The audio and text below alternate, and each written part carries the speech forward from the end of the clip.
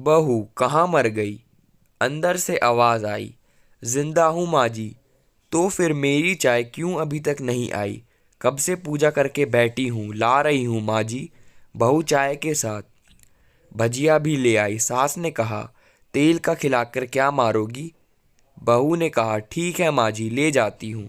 सास ने कहा, रहने दे, अब बना दिया है तो खा लेती हूँ। सास ने भजिया उठाई और कहा, कितनी गंदी भजिया बनाई है तुमने। बहू, माँ जी मुझे कपड़े धोने हैं, मैं जाती हूँ। बहू दरवाजे के पास छिपकर खड़ी हो गई। सास भजिया पर टूट पड़ी और पूरी भजिया ख़त्म कर दी। बहू मुस्कुराई और काम पर लग गई। दोपहर के खाने का वक्त हुआ। सास ने फिर आवाज़ लगाई, कुछ खाने को मिलेगा? बहू ने आवाज़ नहीं दी। सास फिर चिल्लाई, भूख मारोगी क्या? बहू आई सामने, खिचड़ी रख दी। सास गुस्से से, ये क्या है? मुझे इसे नहीं खाना, ले जाओ। बहू ने कहा, आपको डॉक्टर ने दिन में खिचड़ी खाने को कहा है, खाना तो पड़ेगा ही। सास मुंह बनाते हुए, हाँ तू मेरी माँ बन जा। बहू फिर मुस्कुराई और चली गई। आज इनके घर पूजा थी। बहू सुबह 4 बजे से उठ गई। पहले स्नान किया, फिर फूल लाई, माला बनाई, रसोई साफ की, पकवान और भोज बनाया। सुबह के 10 बज गए। अब सास भी उठ चुकी थी। बहू अब पंडित जी के साथ भगवान के वस्त्र तैयार कर रही थी। आज ऑफिस की छुट्टी भी थी। उनके पति भी घर पर थे। पूजा शुरू हुई। सास चिल्लाती, बहू ये नहीं है, वो नहीं है। बहू दौड़ी दौड़ी आती और सब करती। अब दोपहर के 3 बज गए थे। आरती की तैयारी चल रही थी। पंडित जी ने सबको आरती के लिए बुलाया और सबके हाथों में थाली दी। जैसे ही बहू ने थाली पकड़ी, थाली हाथों से गिर पड़ी। शायद भोज बनाते हुए बहू के हाथों में तेल लगा था, जिसे वो पोंछना भूल गई थी। सारे लोग तरह तरह की बातें करने लगे। कैसी बहू है, कुछ नहीं आता, एक भी काम ठीक से नहीं कर सकती, ना जाने कैसी बहू उठा लाए, एक आरती की थाली भी संभाल नहीं सकती। उसके पति को भी गुस्सा आ गया, पर सास चुप रही, कुछ नहीं कहा, बस यही बोल के छोड़ दिया, सीख रही है, सब सीख जाएगी धीरे धीरे। अब सबको खाना परोसा जाने लगा। बहू दौड़ दौड़ के खाना देती, फिर पानी लाती। करीब 70-80 लोग हो गए थे। इधर 2 नौकर और बहू अकेली, फिर भी वहाँ सारा काम बहुत ही अच्छे तरीके से करती। अब उसकी सास और कुछ आस पड़ोस के लोग खाने पर बैठे। बहू ने खाना परोसन शुरू किया। सबको खाना दे दिया गया। जैसे ही पहला निवास सास ने खाया, तुमने नमक ठीक नहीं डाला क्या? एक काम ठीक से नहीं करती, पता नहीं मेरे बाद कैसे ये घर संभालोगी। आस पड़ोस वालों को तो जानते ही हो ना साहब, वो बस बहाना ढूंढते हैं नुक्स निकालने का। फिर वो सब शुरू हो गए, ऐसे खाना है, ऐसी बहू है, ये वो वगैरह वगैरह। दिन का खाना हो चुका था। अब वह बर्तन साफ करने नौकरों के साथ लग गई। रात में जगराता का कार्यक्रम रखा गया था। बहू ने भी एक दो गीत गाने के लिए स्टेज पर चढ़ी। सास जोर से चिल्लाई, मेरी नाक मत कटा देना, गाना नहीं आता तो मत गा, वापस आ जा। बहू मुस्कुराई और गाने लगी। सबने उसके गाने की तारीफ करी, पर सास मुंह फुलाते हुए बोली, इससे अच्छा तो मैं गाती थी जवानी में, तुझे तो कुछ भी नहीं आता। बहू मुस्कुराई और चली गई। अब रात का खाना खिलाया जा रहा था। उसके पति के ऑफिस के दोस्त साइड में ही ड्रिंक करने लगे। उसका पति चिल्लाता, थोड़ा बर्फ लाओ, तो सास चिल्लाती, यहाँ दाल नहीं है, फिर चिल्लाता, कोल्ड ड्रिंक नहीं है, पापड़ ले आओ। इधर उधर आखिरी में उसके पति की शराब गिर पड़ी। उसके एक दोस्त पर और बोतल टूट गई। पति गुस्से में 2 झापड़ अपनी पत्नी को लगाते हुए कहता है, जाहिल कहीं की, देख कर नहीं कर सकती, तुझे इतना भी काम नहीं आता। सारे लोग देखने लगे।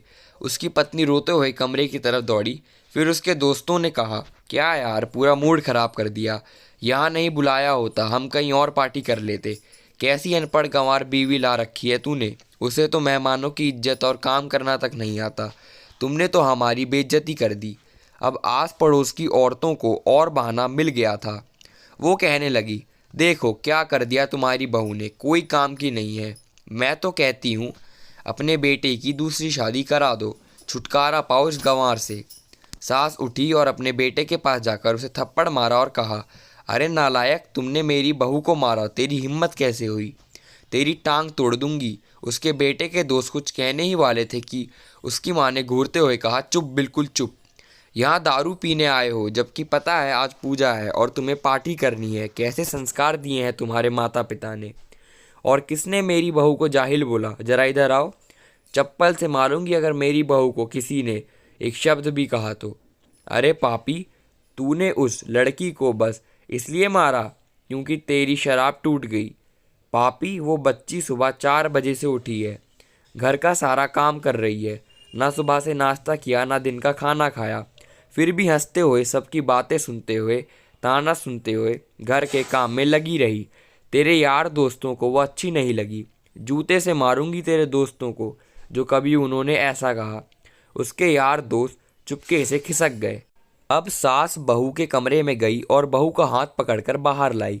सबके सामने कहने लगी, किसने कहा था अपनी बहू को घर से निकाल के दूसरी बहू ले आना? ज़रा सामने आओ। कोई सामने नहीं आया। फिर सास ने कहा, तुम जानते भी क्या हो इस लड़की के बारे में? ये मेरी माँ भी है, बेटी भी। माँ इसलिए मुझे गलत काम करने पर डांटती है और बेटी इसलिए कभी कभी मेरे दिल की भावनाएं समझ जाती है। मेरी दिन रात सेवा करती है, मेरे 1000 ताने सुनती है, पर एक भी शब्द गलत नहीं कहती, ना सामने ना पीठ पीछे। और तुम कहते हो दूसरी बहू ले आओ। याद है ना छुटकी की दादी, अपनी बहू की करतूत? सास ने गुस्से से पड़ोस की महिला को कहा, अभी पिछले हफ्ते ही तुम्हें मियाँ बीवी भूखे छोड़ घूमने चले गए थे। मेरी इस बहू ने 7 दिनों तक तुम्हारे घर पर खाना पीना, यहाँ तक कि तुम्हारे पैर दबाने जाती थी, और तुम इसे जाहिल बोलती हो। जाहिल तो तुम सब हो जो कोयले और हीरे में फ़र्क नहीं जानते। अगर आइंदा मेरी बहू के बारे में किसी ने एक लफ्ज़ भी बोला तो मुझसे बुरा कोई नहीं होगा, क्योंकि ये मेरी बहू नहीं, मेरी बेटी है। बहू सिसकियाँ लेते हुए फिर कमरे में चली गई। सास ने एक प्लेट उठाई और भोजन परोसा। रे बहू के कमरे में खुद ले गई। सास को भोजन लाते देखा तो बहू ने कहा, अरे माँ जी, आप क्या कर रही हो? मैं खुद ले आती। सास ने प्यार से ताना मारते हुए कहा, डर मत, इसमें जहर नहीं है, मार नहीं डालूंगी तुझे। तुझे नई सास चाहिए होगी, पर मुझे अभी भी तू ही मेरे घर की बहू चाहिए। बहू ने अपनी सास को रोते हुए गले से लगा लिया। सास भी रो दी पहली बार और कहा, चल खाना खा ले। फिर मजाक करते हुए कहा, फिर मेरे पैर दबाने चले आना, और ये ख्याल मन में मत लाना कि सास पैर भूलती है। किसी दिन मैं इसका गला दबा दूंगी। तो दोस्तों, अगर आपको हमारी यह कहानी पसंद आई हो तो प्लीज़ हमारे इस वीडियो को लाइक, शेयर एंड सब्सक्राइब ज़रूर करें। धन्यवाद। मिलते हैं अगली वीडियो में एक और नई कहानी के साथ।